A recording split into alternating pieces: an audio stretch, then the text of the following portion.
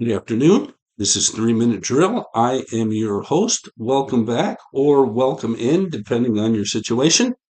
Few things on my mind today. Thing number one, Conor McGregor.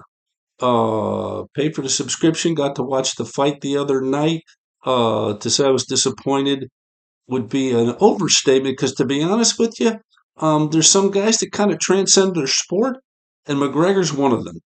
Now, the big problem is, though, is Father Time is undefeated, and he didn't look like himself, and he clearly didn't act like himself. Here's a guy that has won a total of one fight in 10 years and has managed to stay relevant. And just for a little perspective, I've won zero fights in the last 10 years. So, although I applaud how he got rich and famous, sometimes you got to know when to step away. And as great as he was, or at least big a showman as he was, it's time for him to go. As you get older, you don't get more healthy, you get less healthy. So, thanks for the run there, Connor, but have a good one.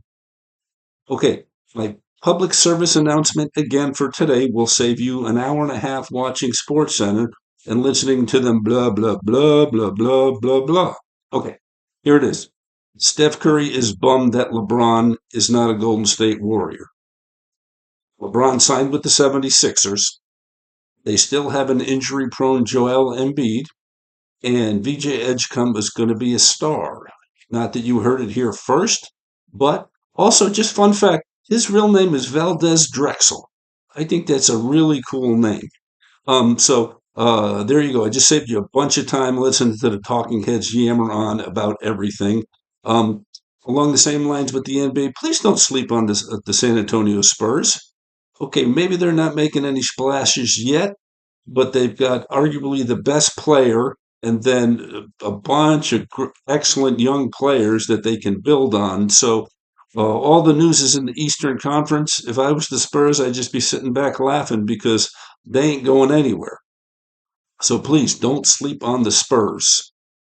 Lastly, this is a question for the audience. Who do you think has a better chance of becoming relevant, the WNBA or the United States men's national team?